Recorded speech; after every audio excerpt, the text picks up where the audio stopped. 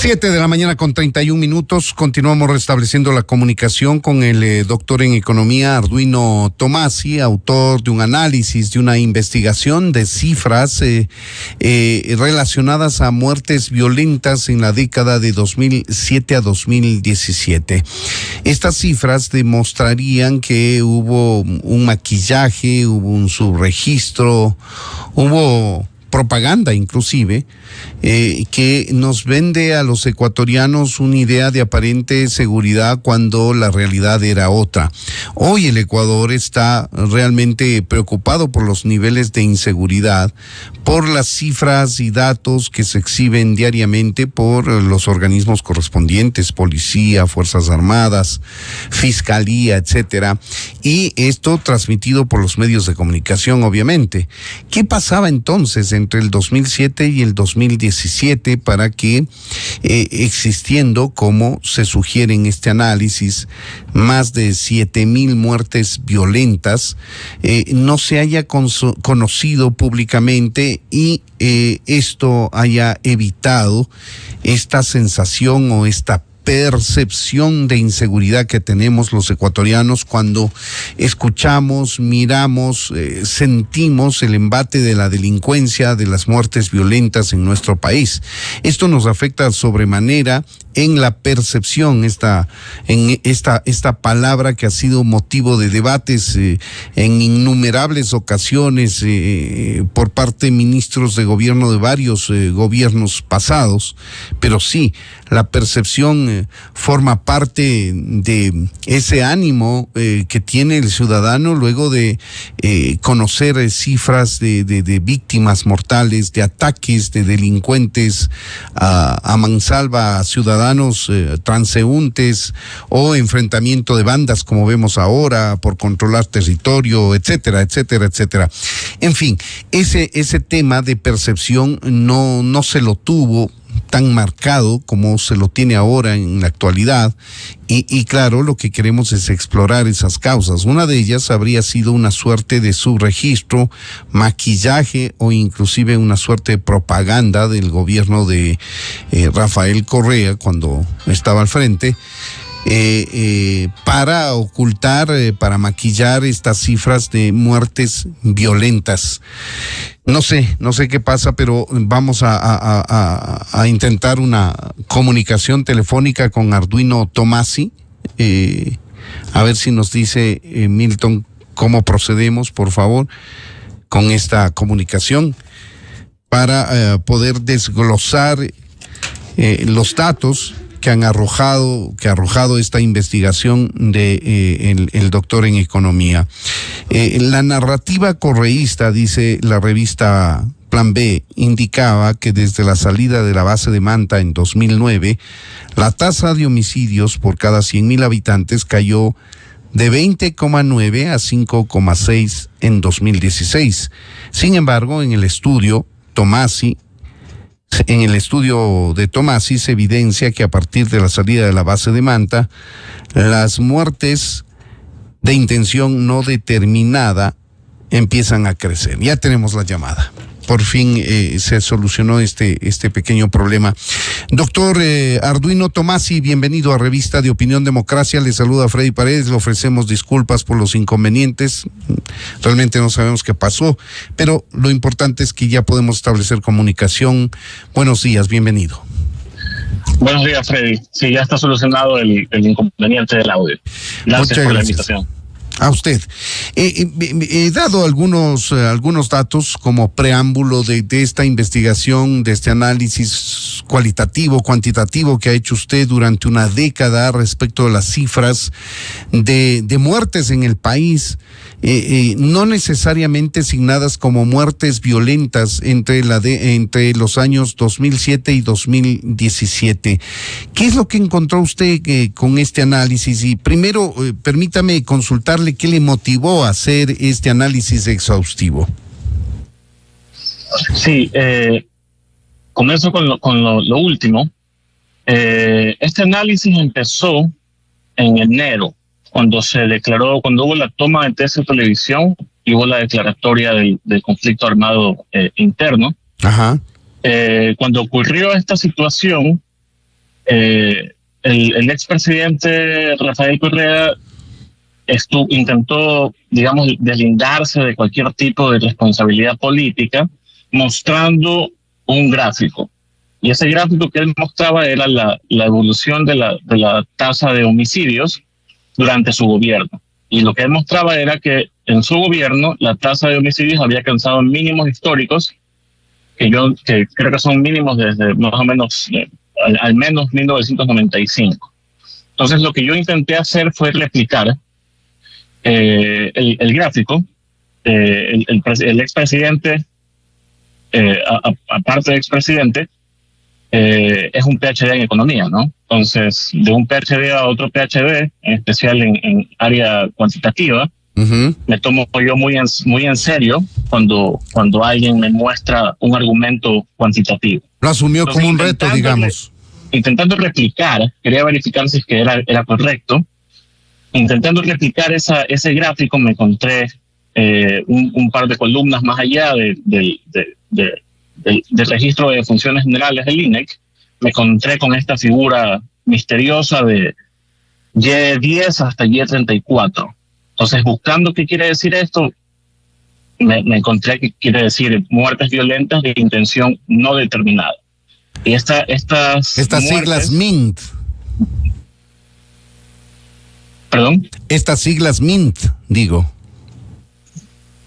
Sí, exacto, sí. Entonces, buscando en la clasificación internacional de enfermedades, estas causas de muerte incluyen por ejemplo, incluye disparo de arma corta de intención no determinada, estrangulamientos de intención no determinada, etcétera. Toda esa sección comprende, de acuerdo a la clasificación internacional de enfermedades, situaciones, eventos en las que no hay información suficiente para distinguir si ellos son accidentes, homicidios o suicidios. Así comencé. De acuerdo. Entonces usted lo asumió como un reto para, digamos, responder ese tuit que en algún momento le pareció que no correspondía a la verdad, me imagino.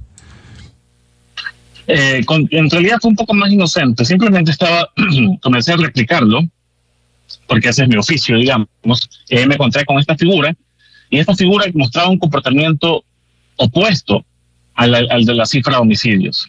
Mientras la cifra de homicidios caía, el subregistro de muertes violentas iba en aumento.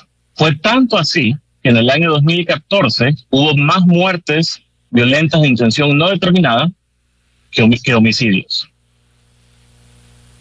De acuerdo. Entonces usted decidió hacer un análisis minucioso de las cifras desde aquel año, desde enero de 2007 hasta el 17, hasta 2017.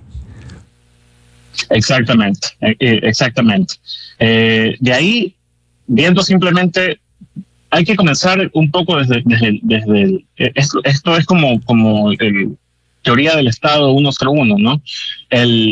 ¿Cuál es por qué está allí el Estado?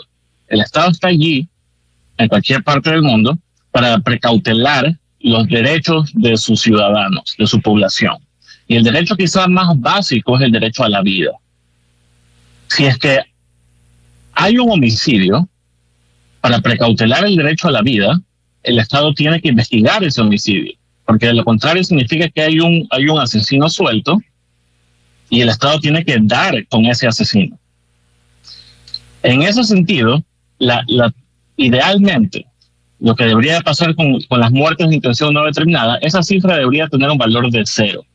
Especialmente en un contexto donde hay una inversión histórica en salud, en policía, hasta los niveles de deuda se subieron justamente para invertir en las capacidades estatales.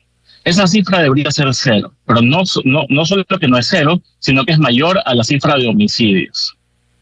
Solamente ahí, cualitativamente, hay una serie de vulneraciones partiendo por el derecho a la justicia y el derecho a la verdad.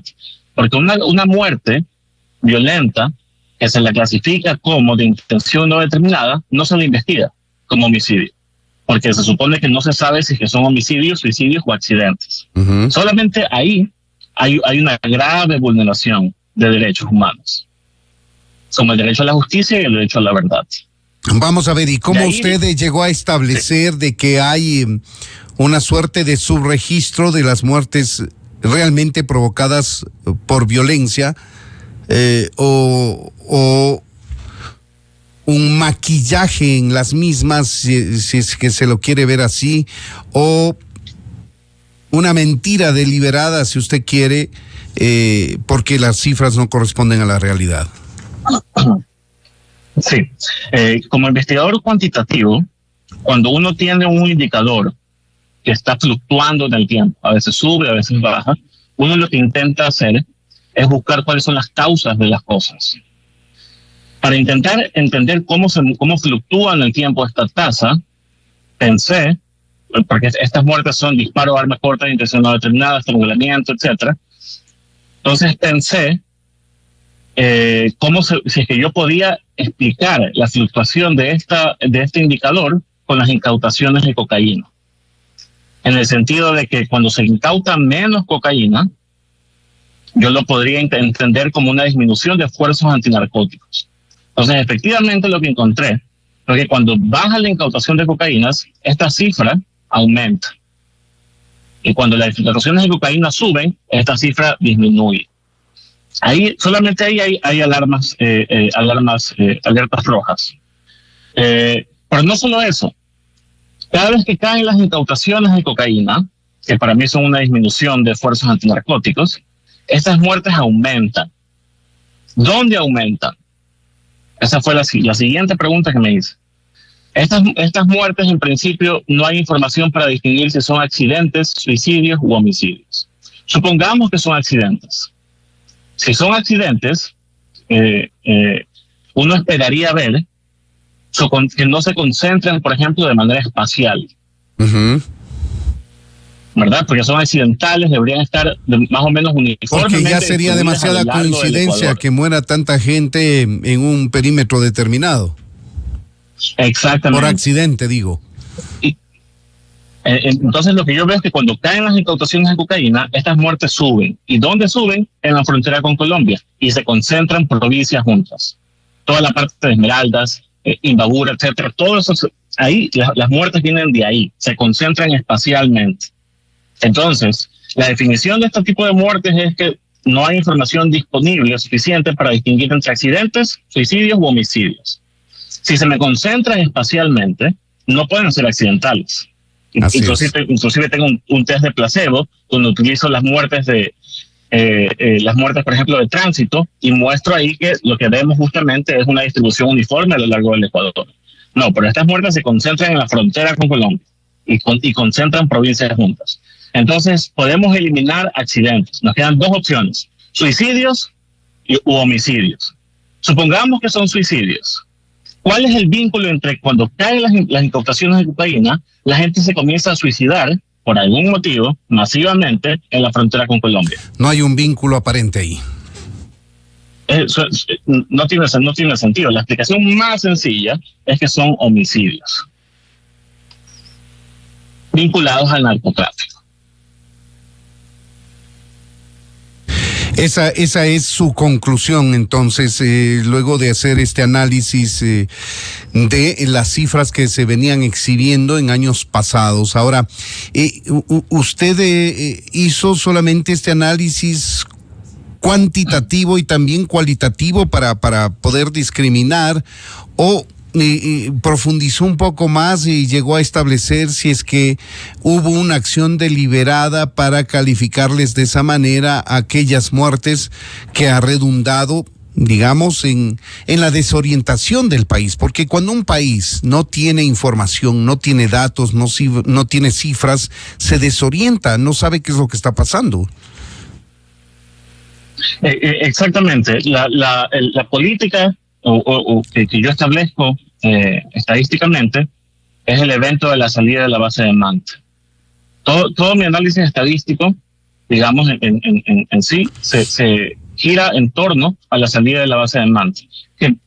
El mecanismo es bastante sencillo.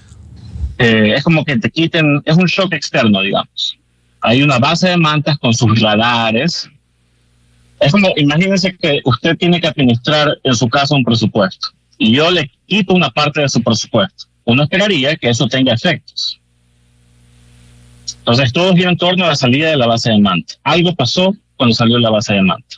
Y ese algo que pasa, lo que indica el análisis estadístico, hay una serie de análisis, es que la salida de la base de Manta tuvo un impacto significativo en las actividades criminales. Ahora, Arduino, lo que se conoce actualmente como resultado de las muertes violentas es lo que nos dice el gobierno, nos dice la fuerza pública, la policía, Fuerzas Armadas, es que estas se dan fundamentalmente por una disputa de territorio para actividades ilícitas de venta de droga a los consumidores nacionales, por un lado, y por otro lado a una suerte de reserva de unos callejones de seguridad para evacuar la droga que viene procesada mayoritariamente de Colombia y que atraviesa el territorio ecuatoriano, utiliza sus costas y vía Pacífico, vía Océano Pacífico, se exporta esa droga. Entonces, al generar esos callejones de seguridad, allí es donde se producen los enfrentamientos entre bandas por manejos de territorio y se están en la práctica matando entre ellos. Esa es la narrativa actual que tenemos, de manera general, digo, poniéndolo de blanco y negro al tema. Más allá de los bemoles que puedan existir alrededor de un tema tan complejo como es la inseguridad. Esto le traigo a colación porque se supone que lo mismo ocurría en el gobierno de Correa, y se mataban entre bandas, controlaban territorio, pero no se conocía como se conoce ahora. Sí, y es exactamente lo que mi interpretación del análisis es precisamente esa. Yo creo que pasó algo, mi opinión, lo que muestran las cifras, pasó algo entre el 2010, una vez que salió la base de Manta, y el 2014. En ese periodo es el periodo más intenso del subregistro de muertes violentas. Y esto pasa justamente, como le digo, estas muertes provienen de la frontera con Colombia, se concentran geográficamente. Si es que uno mira, por ejemplo, estas muertes a lo largo del año, uno puede ver cómo estas muertes bajan, se mueven en el tiempo, desde el norte con Colombia, y comienzan a bajar hacia los puertos. Es como si hubiesen dejado una huella, digamos. Porque cuando el narco se mueve, el narco mata. Es lo contrario a la actividad económica, ¿no? Cuando uno tiene un restaurante, ese restaurante, mientras más se mueve, mientras más empresas, mientras otros sucursales se abren, eso genera bienestar económico, porque genera empleo, etcétera. Cuando el narco se mueve, el narco mata y deja huellas. Y lo que yo veo es que justamente vienen desde Colombia, vienen desde el norte, porque somos un país de tránsito, y bajan hacia los puertos. Uh-huh. Eso es algo que se ve perfectamente en el análisis, y se lo puede interpretar estas muertes, este subregistro, como las huellas del movimiento del narcotráfico. Entiendo. Ahora, por favor, continúe con su argumentación. Lo que hay que entender sustantivamente es una cosa. Bueno, de muchas, pero la central es, si usted le pregunta al gobierno, a cualquier funcionario del gobierno de Correa, ¿cuál es la cifra real de homicidios en su gobierno? No va a poder responderla. Esa es la única certeza que tenemos. En tema de seguridad, la cifra, el indicador quizá más importante son los homicidios, y el gobierno de Correa no va a poder responder nunca, a menos que se exhumen 7.379 cadáveres para determinar cuáles fueron las circunstancias del fallecimiento, y exhumar cadáveres es una cosa delicada. El gobierno no puede responder la pregunta de cuántos homicidios hubo. ¿Qué le parece? Yo creo que sí puede responder, y ya lo ha hecho y ha respondido, que durante el gobierno de la Revolución Ciudadana no había tanta muerte violenta, pero lo que hace su estudio más bien es develar una suerte de subregistro o maquillaje o una intencional mentira respecto de las muertes violentas que se producían en el Ecuador. Es decir, ellos tienen una narrativa en la que aseguran que las muertes violentas durante el periodo de gobierno de los gobiernos de Rafael Correa, hubo muchísimas menos muertes que ahora. Y claro, lo que hace su estudio, su análisis y el razonamiento que nos hace, nos deja ver que ahí hay un subregistro, un maquillaje o una mentira. Y por eso le reitero, usted llegó más allá de su análisis a establecer si en efecto fue deliberado o no esta calificación, como se le denomina, de, muertes de intención no determinada, porque es muy fácil para manipular las cifras. La mayoría de muertes violentas les meto en este saco de muertes de intención no determinada, y entonces las cifras de muertes violentas bajan en el Ecuador. Sí, pero esta narrativa hay inconsistencias en la cifra de homicidios durante el periodo de al menos 2010 hasta el 2018. Y esas inconsistencias, son inconsistencias grandes en magnitud, porque hablamos de 7.339 muertes, que en el 2014 hubo más de estas muertes que homicidios, implica, inclusive desde un punto de vista técnico. Si yo técnicamente quisiera saber cuál es la cifra real de homicidios, no podría responder a esa pregunta. Porque en el año 2014 hubo menos homicidios, hubo más muertes de intención no determinada que homicidios. La pregunta, inclusive desde un punto de vista técnico, de cuál es la cifra real, más allá de las narrativas, cuál es la cifra real de homicidios, no la vamos a poder responder. No, de acuerdo, ahí le entendemos. Por supuesto que sí, porque hay un subregistro alrededor de las muertes violentas. De acuerdo, pero lo que yo destacaba es la narrativa que ha imperado por parte del gobierno de la Revolución Ciudadana. Estrictamente no se puede determinar porque metieron en un saco general de muertes de intención no violenta, y con eso se bajaron las cifras de muertes violentas que realmente hubo en el país en esos años. Sí, exactamente. Eso es lo central. Y esto es complicado porque, regresando, la teoría del Estado 101, el primer deber del Estado es precautelar el derecho a la vida. Pero si el Estado no sabe cuáles son las circunstancias de muerte de sus ciudadanos, es grave. Si es que uno ya mira el desglose de las causas, porque hay una serie de causas como disparo de arma corta, intención no determinada, etcétera, más o menos 2.934 de todas estas muertes, ni siquiera se sabe cuál es la causa de muerte. Por ejemplo, yo puedo no saber la intención, ¿ok? Esa es una cosa, pero yo puedo decir que esta persona se murió por producto de un disparo. Claro, okay. y esto solamente para ilustrar a los amigos que nos escuchan, sí. Esto forma parte simplemente del parte policial, que establece en qué circunstancias fue encontrada la persona, en qué heridas presenta, la presunción de su muerte, etcétera. Las motivaciones obviamente son materia de investigación y es muy difícil que se conozca, pero sí el hecho real de lo que probablemente causó su muerte. Ahora, hay 2.936 casos en el gobierno específico de Correa donde ni siquiera se sabe cuál es la causa de muerte. O sea, no sé si la persona se murió producto de un disparo, producto de estrangulamiento, no sé. Increíble. Es gravísimo. Increíble. Es muy grave. Y esto de aquí, alguien podría pensar, me parece que la sociedad ecuatoriana está muy politizada. Esto no es en contra del gobierno específicamente de Correa. Esto de aquí es un problema para el Estado ecuatoriano, en el sentido de que el Estado ecuatoriano falló a las familias ecuatorianas, porque ahí la vulneración, si yo no siquiera sé de cuál es la causa de muerte, hay el derecho a la justicia y el derecho a la verdad para las familias está comprometido.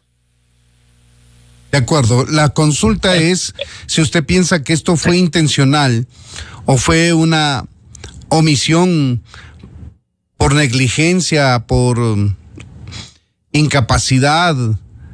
¿Llegó a establecer un análisis al respecto?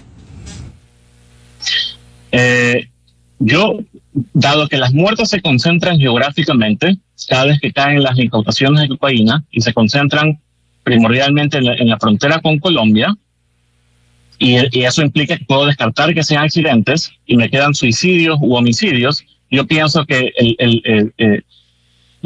tuvo que haber sido deliberado. Es la explicación más sencilla, porque aquí tampoco estamos hablando de intentar hacer un malabar conceptual para teorizar sobre cuáles son las motivaciones. Solamente se está aplicando el sentido común. Homicidios, sí. Le decía, doctor, solamente se está aplicando el sentido común, obviamente basado en el análisis riguroso de cifras que ha hecho usted. Exactamente. La explicación más fácil es que se maquillaron. Y el contexto es importante porque es un contexto donde se contrajo deuda, donde se invirtió mucho en capacidades estatales, y en ese contexto pasó esto que no tuvo que haber pasado y que no puede volver a ocurrir nunca más. Esto de aquí es inaceptable. Esta cifra debería ser 0, pero no es 0. Estamos hablando de 7.937 casos, de los cuales 2.936 ni siquiera sabemos de qué se murieron las personas. Uh-huh. Más del 30%. Y Correa se jactaba, Correa está hecha en economía, se jactaba de saber todo lo que pasaba en el país. Teníamos asemplados, teníamos una serie de organismos planificadores. Ellos no sabían que había más muertes de intención no determinada que homicidios. Para mí es muy difícil de creer. De acuerdo. Y esto. Porque perdón, antes de que se me vaya una idea, porque aquí viene la otra cuestión. Mientras esto pasaba, el gobierno lo que hacía era festejar las bajas tasas de homicidios. Lo que tuvo que haber dicho el gobierno era lo contrario.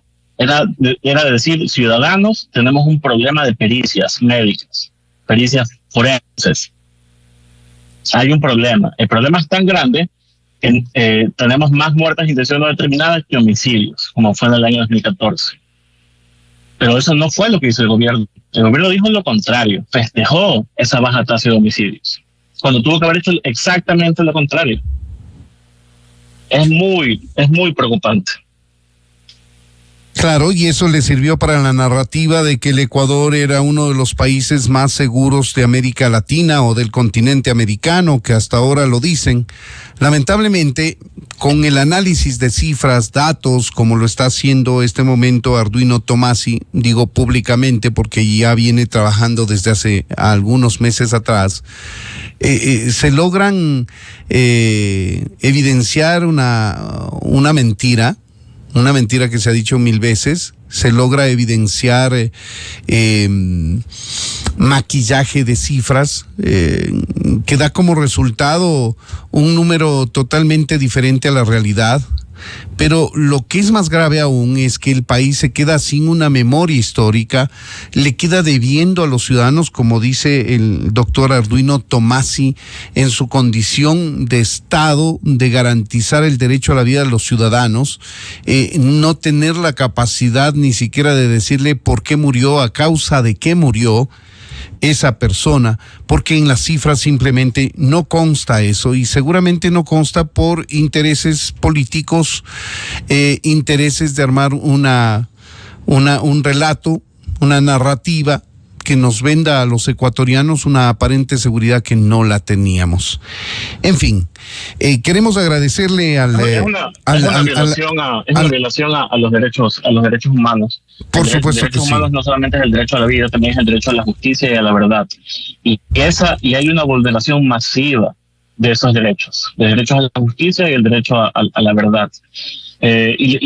Aún si es que disminuyó la cifra de homicidios, digamos, aún si sumamos todo este tipo de muertes violentas, la naturaleza misma de esa reducción es problemática, porque estaríamos hablando de una pax narca.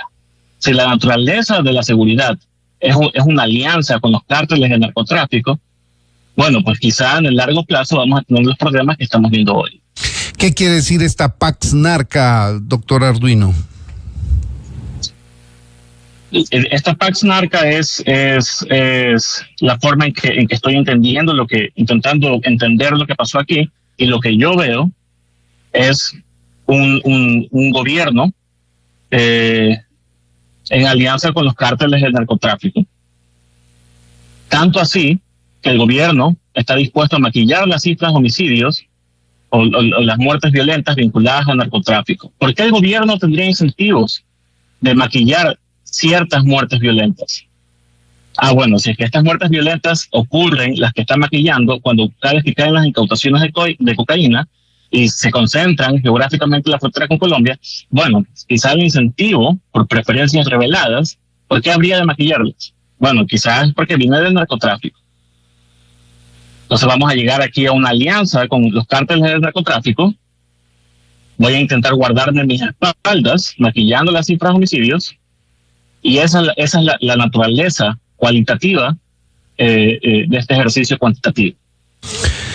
Pues bien, ahí tienen ustedes, amigos, este es el análisis que hace el doctor en economía Arduino Tomasi, motivado por las cifras que exhibe el gobierno de la Revolución Ciudadana frente a muertes violentas, y su motivación propia como economista, que es de restar las cifras, analizarlas, y nos trae consigo el resultado de este análisis, una suerte de subregistro, de maquillaje de cifras de muertes violentas en la década entre los años 2007 y 2017, que, como ya lo ha analizado, nos ha explicado, da como resultado que se produjeron muertes violentas por violencia, obviamente, no por accidentes, no por suicidios, y que geográficamente coinciden con la frontera norte, y luego su descenso por el perfil costero de nuestro país en las provincias que están azotadas precisamente por el narcotráfico